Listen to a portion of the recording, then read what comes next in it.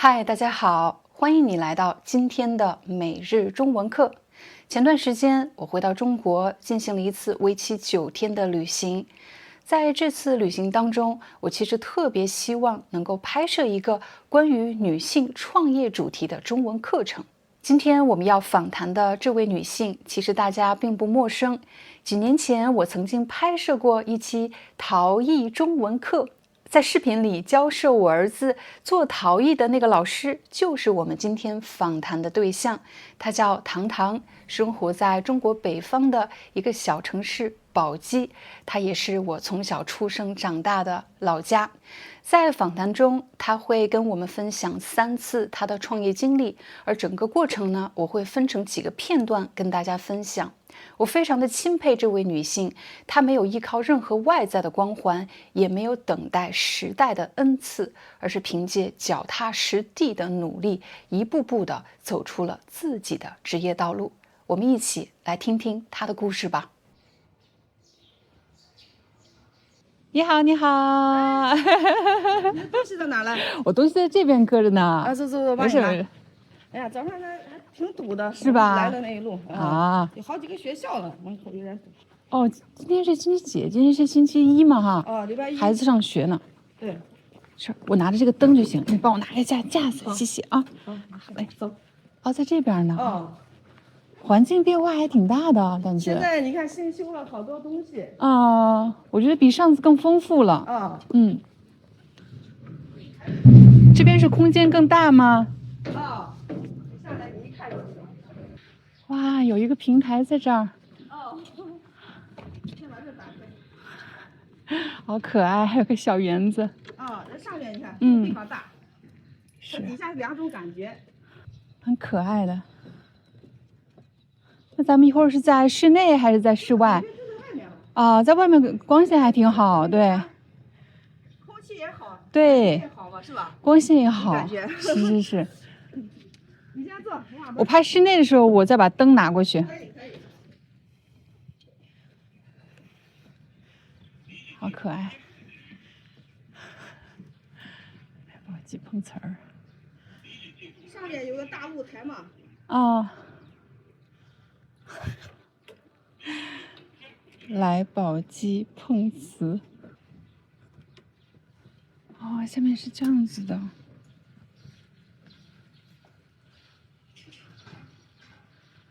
还有一架飞机在那里。这个地方太神奇了。我把这个灯拿进去哈。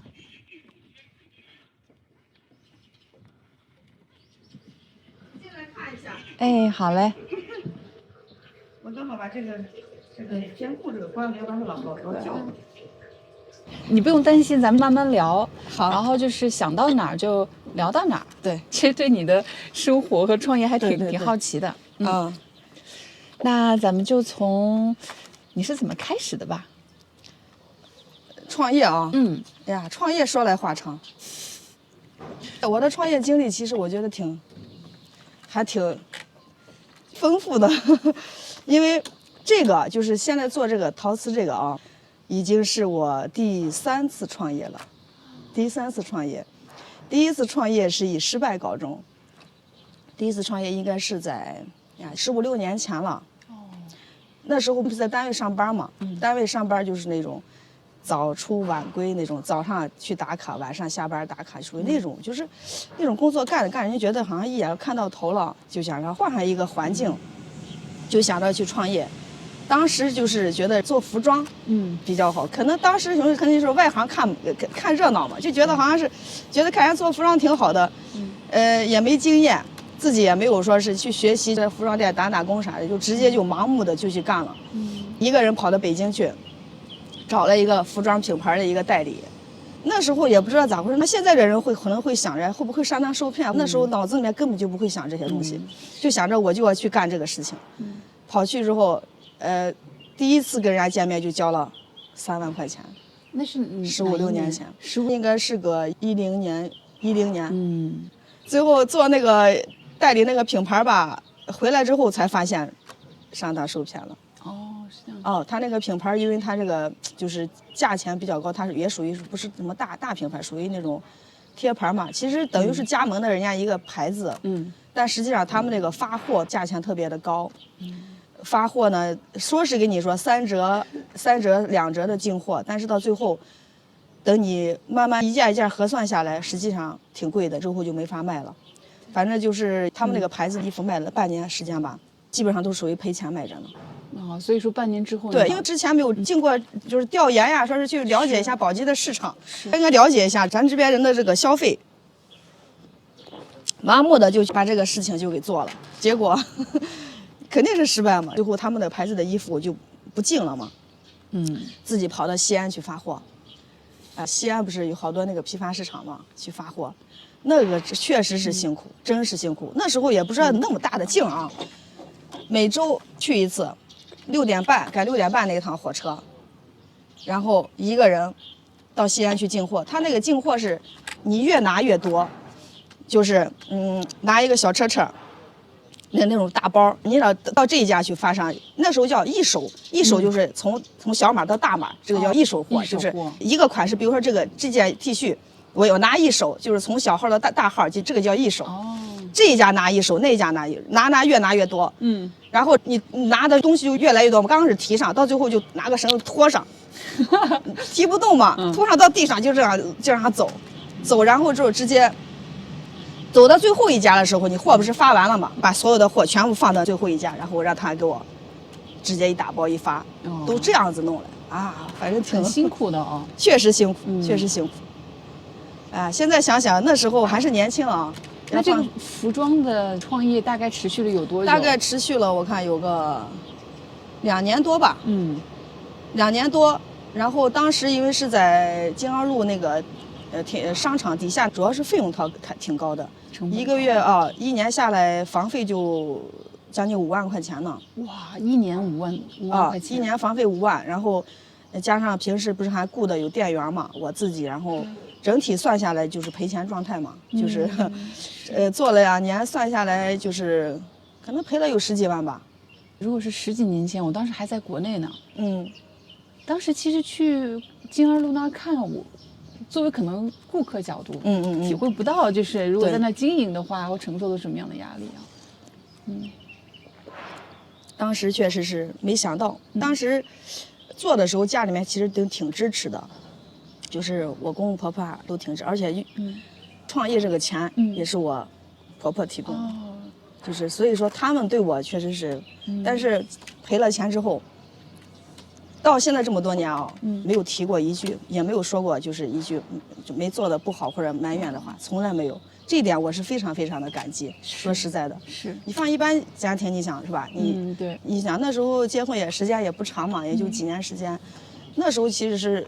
他们其实也算是，全部的积蓄了，因为他们本身也没存下多少钱，也刚退休，那时候，全部的积蓄拿出来，就让我2年时间全部败光了。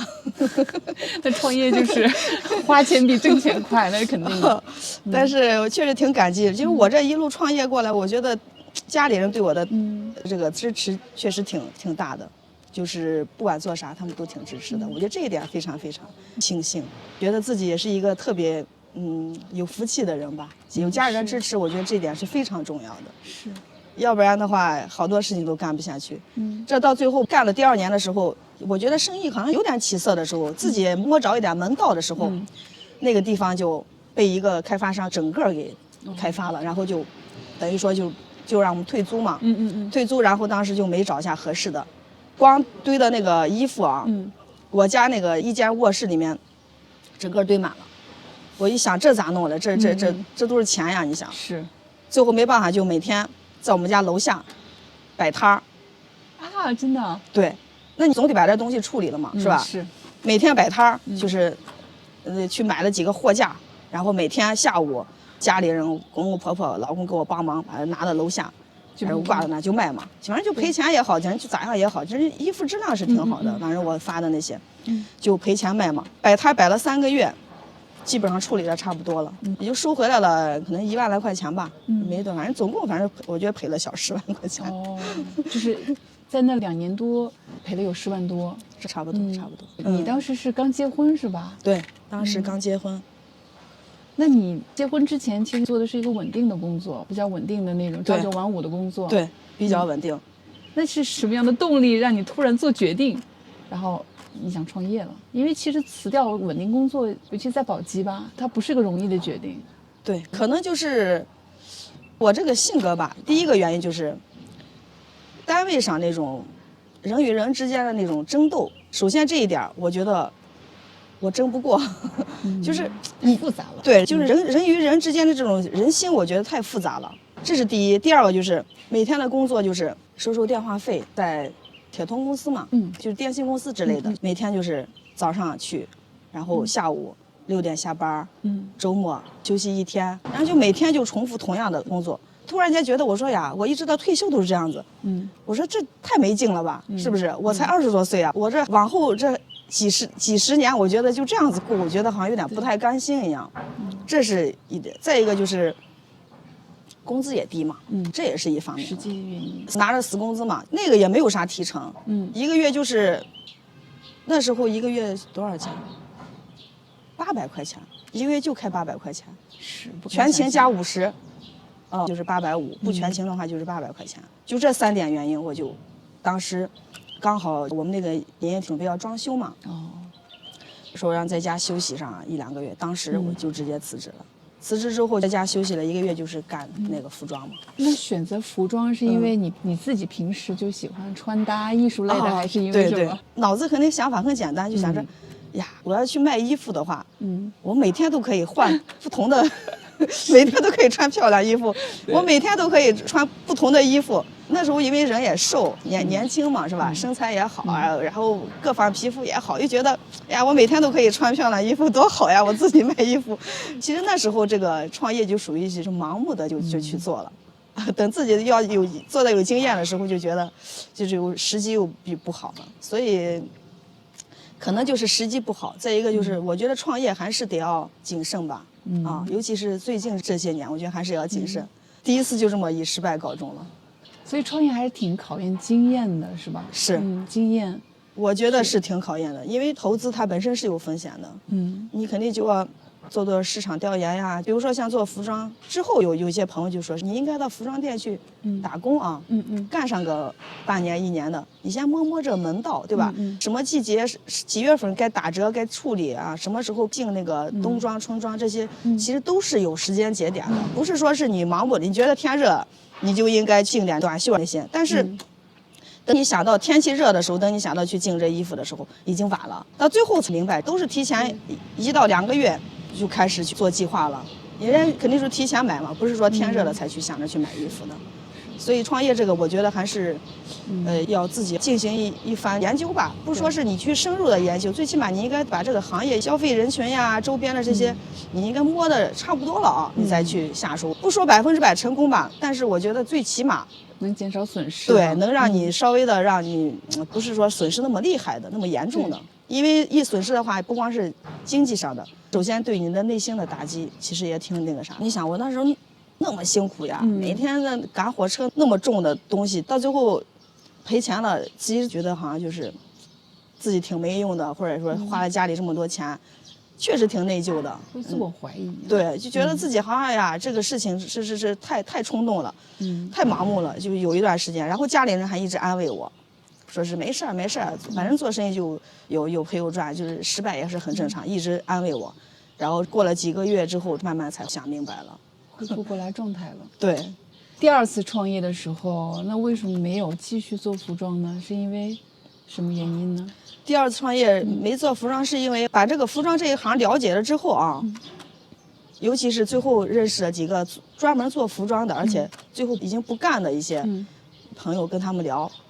他们就劝了，说是建议你不要做服装了。我做的那个时候，其实如果要有经验的话啊，你还能做得很好。但是过了几年之后，服装的市场其实，尤其是这个季节的变化啊，你看现在这几年的气候不是不稳定嘛，所以说这个服装就越来越不好做了。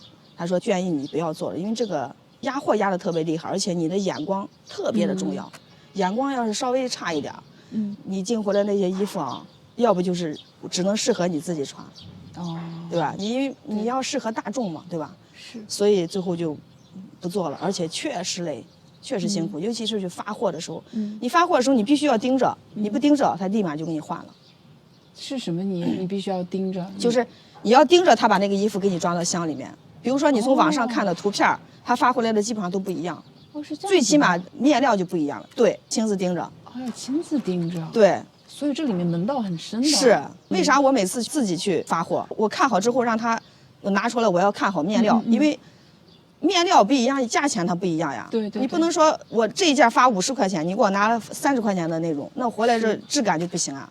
必须得要盯着，你不盯着，可能现在能好一点，就是比较透明了。以前的时候，我觉得是比较混乱的，是比较混乱的，比较混乱。